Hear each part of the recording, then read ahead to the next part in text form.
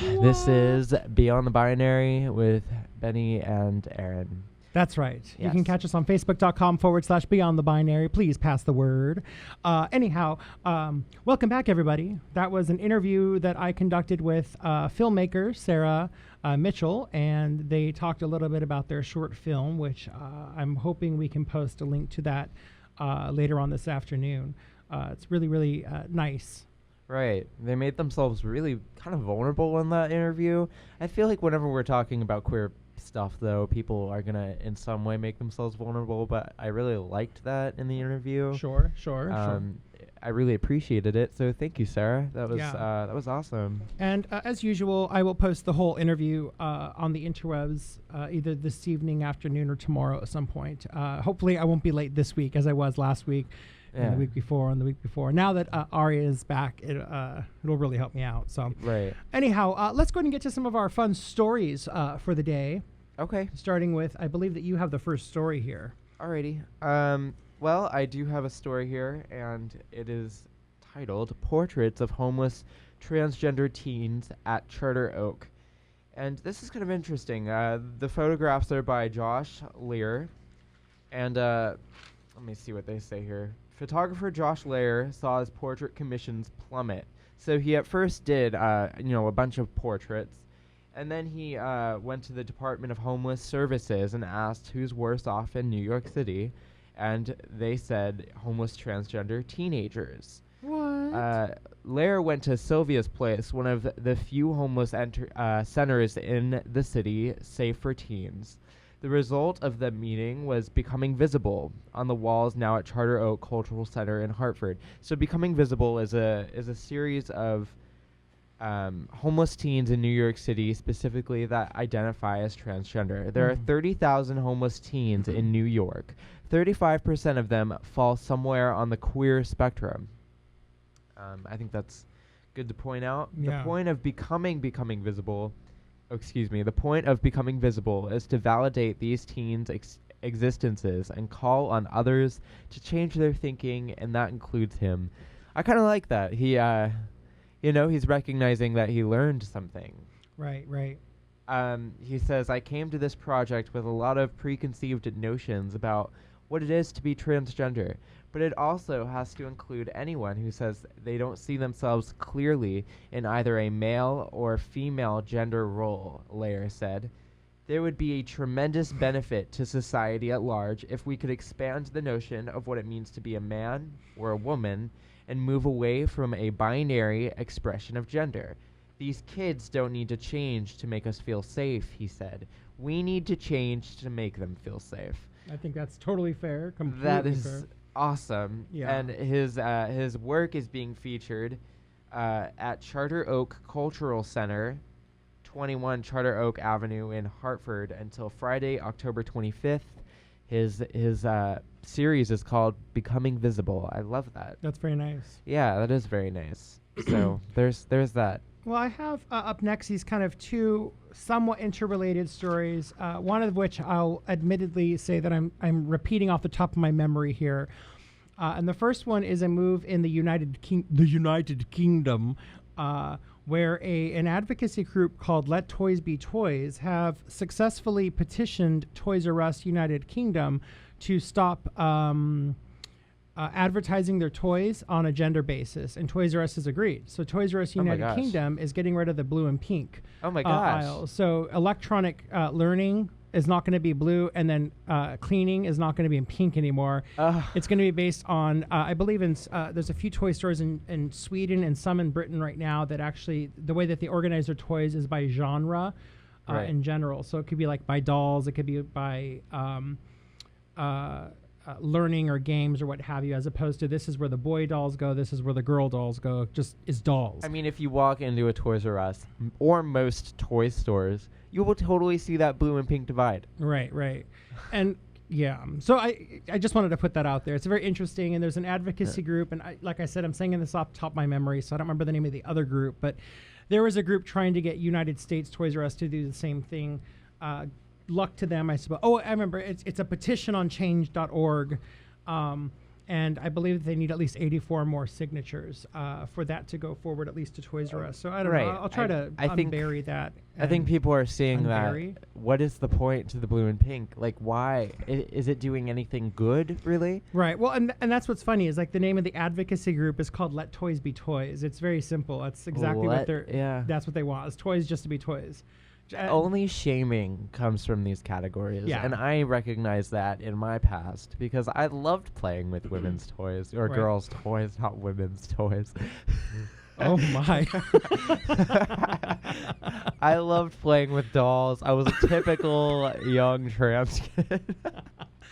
Playing with women's toys. With girls' children's toys, like dolls and stuff. Yeah, you know, I was very fortunate myself. I mean, my mom was very nice, and I remember when she got me my very first Barbie doll, I was elated. My stepfather at the time, however, wanted me to get a Ken doll, so I got the heterosexist kind of coupling, and I got a Ken doll and a Barbie doll. But I also got my Cabbage Patch Kid, and I was so happy to walk around with that Cabbage Patch Kid.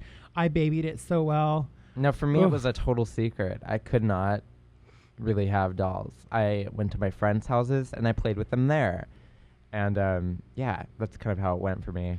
Well, the other story that's kind of connected, I don't mean to cut us off, okay, but I'm going to cut us off. Let's move on. Is also kind of for parenting. We tend to have a bit of a following of parents or folks out there who are parents who are raising kids right now or are questioning what happens if, but more importantly, when my child maybe identifies their gender in such a way that maybe challenges, maybe assists understanding. And so Bitch Media, which is a feminist magazine, has released a list of 41 transgender-friendly books for young kids. And I find this very useful. And I'm not going to go, of course, through the 41 actual texts. Going to name a few, though. Well, yeah, I'm going to name a few, but mostly I'm going to talk about kind of the genres that they broke these up. So the genres that you can find here, we're going to post this on the Facebook page as well, but the genres kind of traverse this way. Young adult novels with main and supporting characters who identify as transgender. Very interesting. So one is called Luna by Julianne Peters, and the description is Reagan is an average 16-year-old who is keeping secret the fact that her brother Liam is really a trans girl named Luna. And how they kind of, I guess, maneuver through the world. And there's quite a few of those books. The second set here is young adult novels with genderqueer characters or characters who express gender ambiguity. There's one here called, I love this title, Far from Xanadu. Mike lives a pretty routine life in her boring Kansas town. When Xanadu, a beautiful and different girl, arrives, Mike is quickly infatuated, but can a romance ever blossom between them is the question. I don't know. We have to read the book to find out. Mike and Xanadu? Or, no, Xanadu's where they're from. No, Xanadu is the name of this character that visits. Now, Xanadu is also a wonderful place to go. Okay. I'm going to let that go. The next genre here. What? The next is picture books with stories for young readers. So there's one here called The Princess Knight. Princess Violet doesn't want to get married to a knight. Duh. She wants to be a knight. So she trains in secret so she can win her own hand. That's I love awesome. that. If only Disney would take after that story. There's also short story collections, young adult novels that deal with gender in a non-traditional way, and manga or graphic novels as well has its own category. So very interesting exhaustive or non-exhaustive list, I should say, of quite a few kind of notable stories out there, books for young adults. What is that? What is that one Disney movie with Mulan? No, it's new. She has the red hair. It's Brave. Brave, excuse me. Brave is kind of similar. It's actually based off of our friend Lindsay's life. Of course. She wanted to become, didn't she sort of want to become, or have that typical man role, become the fighter? She wanted to be the one, you know. As I recall, it's less that she didn't want that, more that she just didn't want to get married. She didn't want to get married, but she also, I mean, she kind of kicked butt, right? Like, oh yeah, big time. Way more than the her suitors could. Yeah. So I kind of liked that. I mean, it's kind of it's cool. Like, it's really cool. I think that's a very beyond the binary addition to Disney's. I see what you did there. I see what you did there. Yeah, it's beyond the binary. It's good to have me back, isn't it? Isn't it? Look at that. Quips. Well, look at the time. Well, look at the time. It's already halfway there. We're going to go ahead and take a break. Yeah, and we're going to play a song. What should we play? Let's do Little Monster. Okay. Little Monster by Jakery. And we'll be right back. To what? Beyond the Binary. Oh.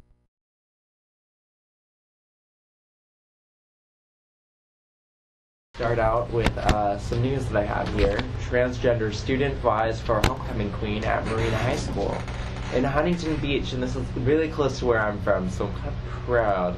A transgender student at Marina High School in Huntington Beach is vying to become the school's homecoming queen, and her name is Cassidy Lynn Campbell.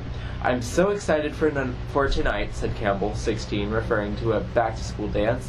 These days, Campbell has nothing but excitement, as the majority of students have embraced her being transgender. Really? That is just awesome. Like, I can actually see myself in school right now, transitioning and almost being more proud. I mean, if I had access to all the information, you know, that I do now, I feel like I'd have more to stand on. There would be less awkwardness and nervousness. Anyway, she said it would be great for the school to recognize what she has always known, and that's that she is a trans woman or a trans girl at this point. She said while many classmates embraced the change, a few weren't very kind, especially on social media. Of course. Yeah. Social media, you know, the place where people can be anonymous and horrible people. I love social media. I think it does great things, but that's also kind of I think a flaw in there is that people can be just, you know, impulsively act.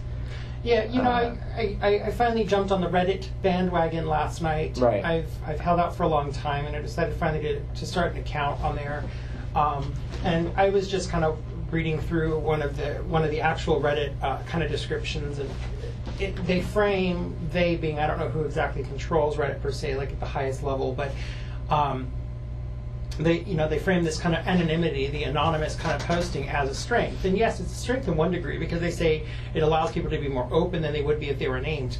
But at the same time, I think that's like the biggest downfall. Like, what I struggle with anonymity, particularly on social sites like you're saying, is people can then, it's not about being more open, it's about people being, I think, sometimes more verbally assaultive in some way. Like, I mean, I used to be totally pro anonymity, and I am in many respects, because we don't have a lot of privacy in the world today. Right. We really don't. But whenever I'm bashed on social media, which is often, because I put myself out there, it always comes from Reddit or it comes from 4chan. It comes from these anonymous bullies who put my videos up on the internet, and they, you know, to me, I just see it as so cowardice. It's not productive. Productive discourse. It's not criticism. It is seriously just, look at this person, you know, it's just... And they become like attacks on like how you look, how you sound, what you're saying, but not like on the content of your message ever. It's literally like these shallow attacks. It's always the shallow attacks. And that's, I mean, those can be the most hurtful, you know, right? Big time. I mean, I'm totally for anonymity in many ways. In other ways, I think it can be kind of damaging, and they attack the queer community in many ways. And it's not just me, I've noticed it. For many, many trans people become memes and laughing stocks on these anonymous exchange sites, if you will. Yeah. So it scares me a little bit that they're kind of growing in trend and in fad. I remember when 4chan was sort of more under the radar, and I could mention it, and only a few folks would kind of raise their hand. But now it's a lot more popular to be anonymous on the internet. Yeah. Yeah. That's interesting.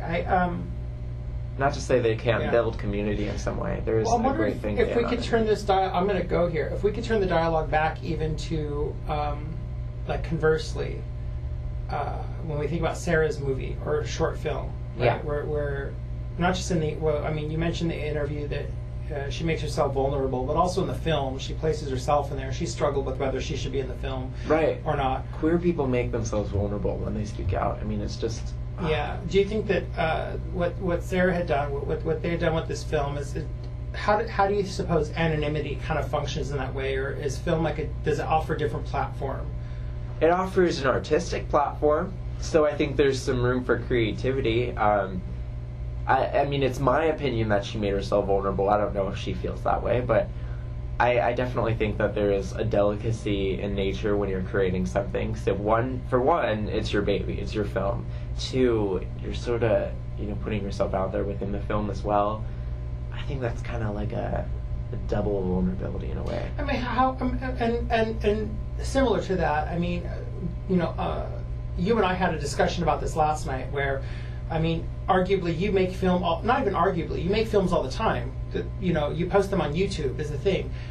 Short films, long films, all kinds of films. Sure. So and way, these are artistic expressions that you put out there in the world. And I'm just wondering, is it the mode of distribution, meaning YouTube versus Sarah uses Vimeo for their short film versus YouTube. Does that matter to you, do you suppose? Not right now. I guess in a way, though, speaking of that, I could in a way relate to the work that she's putting out. I mean, speaking of that, I've never called anything a film, right, that I've made, but I guess in your eyes it could be kind of seen as one, especially if I collaborated all of the videos together, right? Even the short ones. I mean, you create these story arcs and then you film it, you edit it, put it together, post it on there. Whether it's you recently with lipstick, I believe it was. Like you made that point, yeah, and I think that's actually quite valid. I wonder if I could do that. And that's just a way to actually create a film, is to just, especially for queer people who tend to document either their transitions or how they're feeling. Oh, yeah. We often do that, and I wonder if that's just an inherent nature to wanting to spread awareness. You know what I mean? Wanting to help our community. I think that's really beautiful that we as a community actually do that. It's like, it's pretty awesome. We take art, into consideration in many ways. Well, and I think that lots of folks do. It's certainly, from our own experience, very, very prevalent in and around queer communities, particularly that notion of documenting the transition. Right. How disciplined one has to be to document the transition. I mean, you have to really stick with it constantly, and what that kind of trajectory can look like or does look like is very interesting. But all right. Well, actually, did you want to go and mention that last little piece there? It's real quick. Here's a little just announcement. I don't have any further information on it, but Equality just got bigger in Texas! ! Texas! Thank you, San Antonio, for passing a transgender inclusive non-discrimination ordinance. And that's from the Transgender Law Center, and that's all they have to say. It's a great announcement. Anything that is inclusive and non-discrimination oriented is wonderful to see, especially in Texas. Yeah. Very nice. Well, congratulations to Tejas. Now, we have basically two primary stories remaining here. One is going to kind of take up the end, because it brings us back to militarism one more time.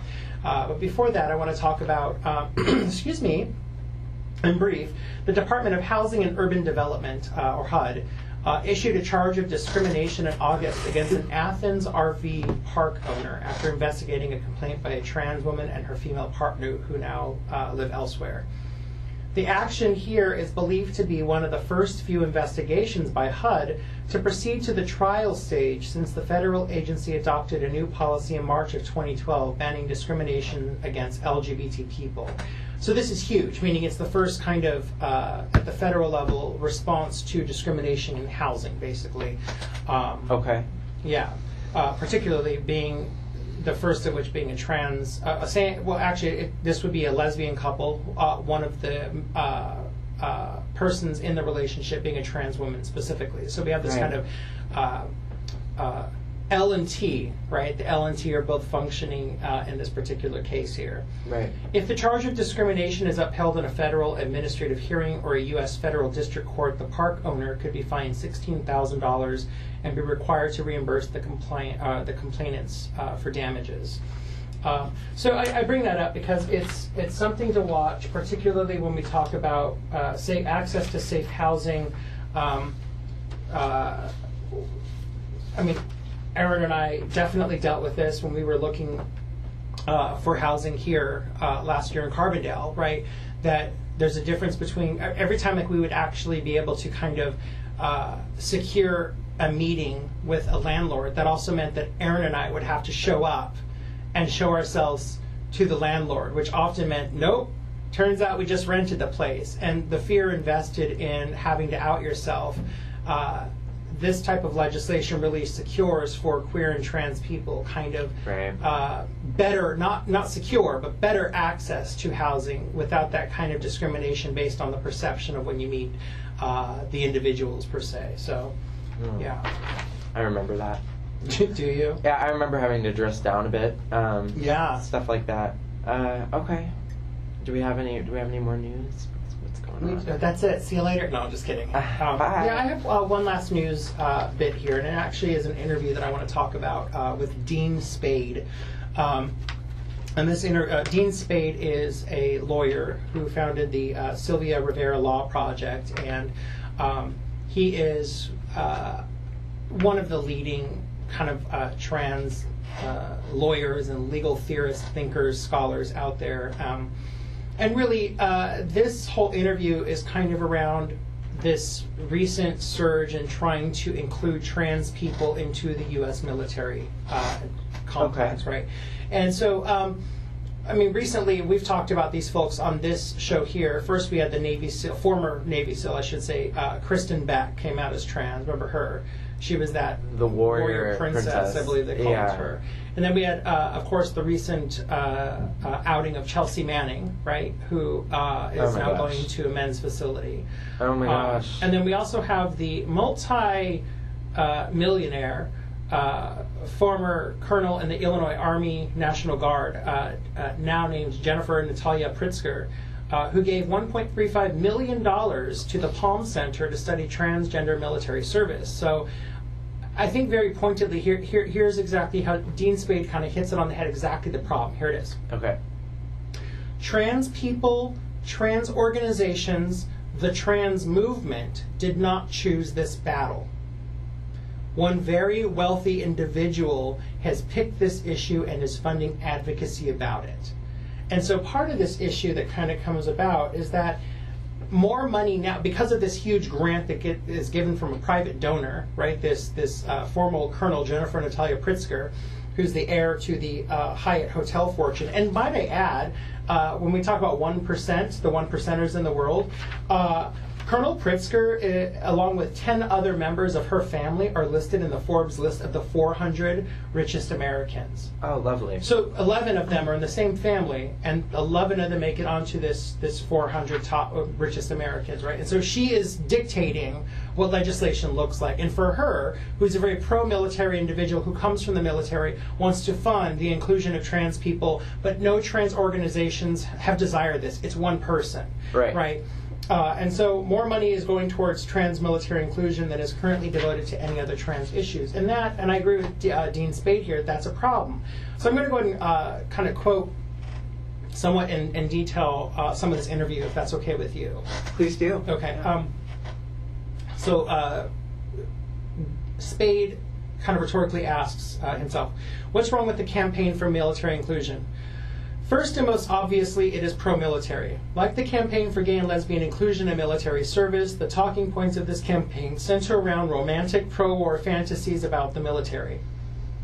The new documentary video series Trans Military, as well as recent coverage of Kristen Beck, rely heavily on these tropes. Trans people just want to serve the country we love. We are proud soldiers. The military is an organization where we form lifelong relationships with our brothers and sisters in arms. Military service is a great job that gives people access to college, and the military protects our country. It's true, he goes on, it's true that trans people need jobs, but is military service a job that we want? A survey released in July reports 30% of Iraq and Afghanistan veterans have contemplated suicide. 43% say that they're not seeking mental health care because they fear it will negatively impact their careers. And 80% say they do not think vets are getting as much care as they need. A Pentagon study released in May documents the epidemic sexual assault in the U.S. military, with over 70 incidents occurring each day. And so what Dean Spade is really kind of saying here is that